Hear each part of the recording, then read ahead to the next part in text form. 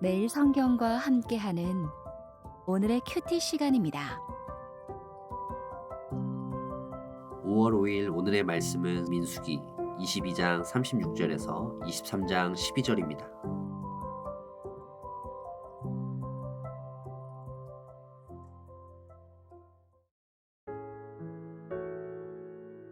발락은 발람이 온다함을 듣고 모압 변경의 끝 아르논 가에 있는 성읍까지 가서 그를 영접하고 발락은 발람에게 이르되 내가 특별히 사람을 보내어 그대를 부르지 아니하였느냐 그대가 어찌 내게 오지 아니하였느냐 내가 어찌 그대를 높여 존귀하게 하지 못하겠느냐 발람이 발락에게 이르되 내가 오기는 하였으나 무엇을 말할 능력이 있으리이까 하나님이 내 입에 주시는 말씀 그것을 말할 뿐이니이다.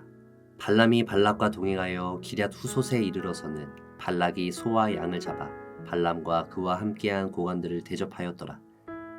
아침에 발락이 발람과 함께하고 그를 인도하여 바알의 산당에 오르매 발람이 거기서 이스라엘 백성의 진 끝까지 보니라. 발람이 발락에게 이르되 나를 위하여 여기 제단 7을 쌓고 거기 숫송아지 7마리와 순양 7마리를 준비하소서 하매 발락이 발람의 말대로 준비한 후에 발락과 발람이 제단에 숫송아지와 순양을 드리니라.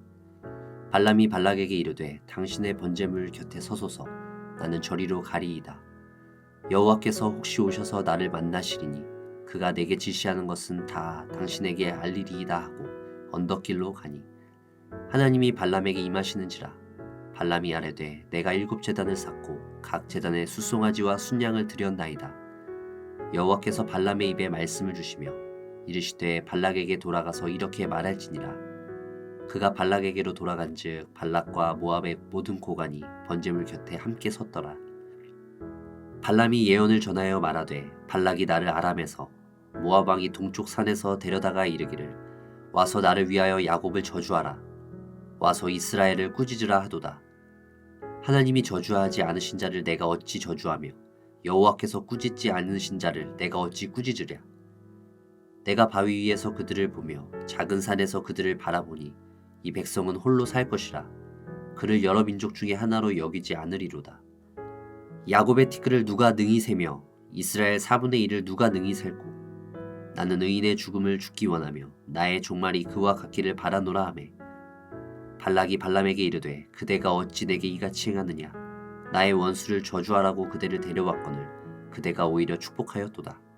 발람이 대답하여 이르되 여호와께서 내 입에 주신 말씀을 내가 어찌 말하지 아니할 수 있으리이까.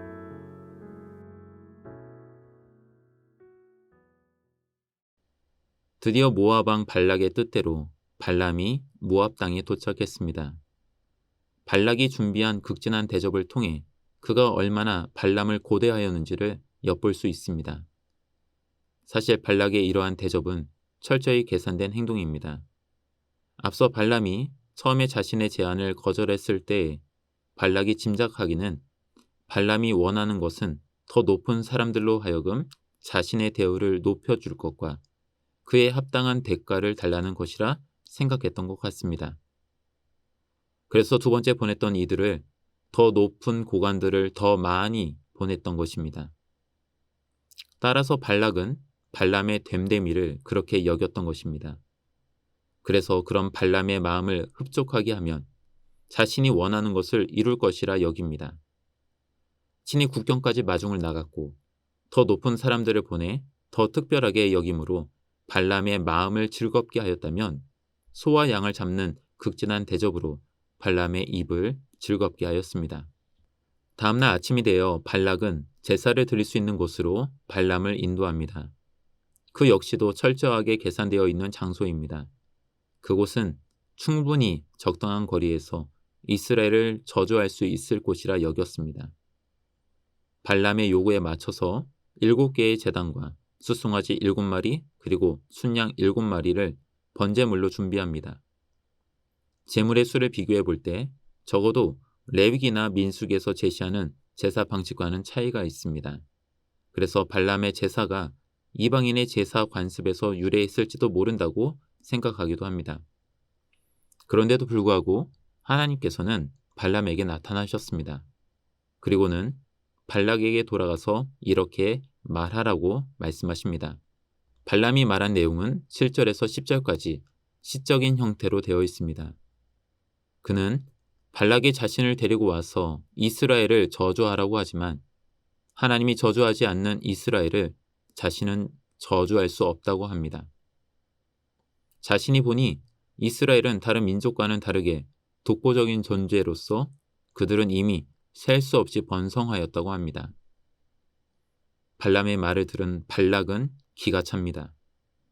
지금껏 이스라엘에게 저주를 해줄 것이라고 믿고 극진한 대적과 모든 요구 조건을 들어줬는데 이스라엘을 저주하기는커녕 이스라엘을 부러워하는 내용 일색이입니다. 자신의 거래가 틀어지는 순간입니다. 발람에게 따져 묻지만 발람은 하나님께서 주신 말씀을 내가 말하지 않을 수 없었노라고 당당하기 그지없습니다. 철저한 계산과 준비를 했지만 발락의 기대가 이렇게 무너지게 되는 것을 본문을 통해 볼 수 있습니다. 발람의 이야기에서 독특한 것은 모세와 이스라엘이 등장하지 않는다는 점입니다. 모세와 이스라엘이 가나안의 진입을 앞두고 있는 시간에 벌어지는 발락과 발람의 이야기를 민수기는 주목합니다. 오늘 본문을 통해 우리는 철저하게 자신의 뜻을 이루고자 신의 도움을 구하는 발락의 모습을 보게 됩니다. 발락은 자신의 뜻을 이루기 위해서라면 어떤 신이든 상관없습니다. 먼 타국의 발람을 불러올 때부터 특정한 신이 아닌 신통한 사람이 필요했을 뿐입니다. 발락에게 있어서 신이란 자신의 뜻을 이루기 위한 존재입니다. 능력 있는 제사장과 흡족한 재물이면 충분한 거래라고 생각합니다. 우리는 발락의 모습을 보며 어리석다고 생각할 것입니다. 하지만 발락은 오늘날 우리를 비추는 거울이 되기도 합니다. 하나님의 뜻을 알아 그 뜻에 순종하는 삶이 중요하다는 것을 알고 있음에도 불구하고 우리는 가끔씩 적당한 기도, 봉사, 헌금으로 내가 원하는 것을 이뤄주셨으면 하는 생각을 하곤 합니다. 하나님의 마음을 흡족하게 하면 내가 원하는 것이 더 잘 이루어질 것이라 헛된 기대를 품기도 합니다. 하지만 이미 우리는 하나님이 우리에게 바라시는 것이 단지 흠없는 재물이 아니라 우리의 흠없는 마음이라는 것을 알고 있습니다. 발락은 흠없는 재물을 정성껏 준비했습니다. 그러나 정작 흠없는 마음을 가진 것은 아니었습니다. 오늘 우리가 발락의 모습을 통해 우리의 모습을 성찰해 본다면 과연 나는 흠없는 재물만을 준비하는 사람인지 아니면 흠없는 재물 못지않게 흠없는 마음까지도 갖춘 사람인지를 살펴봐야 할 것입니다. 나는 인애를 원하고 제사를 원하지 아니하며 번제보다 하나님을 아는 것을 원하노라 하신 호세아서의 말씀을 다시금 떠올려 봅니다.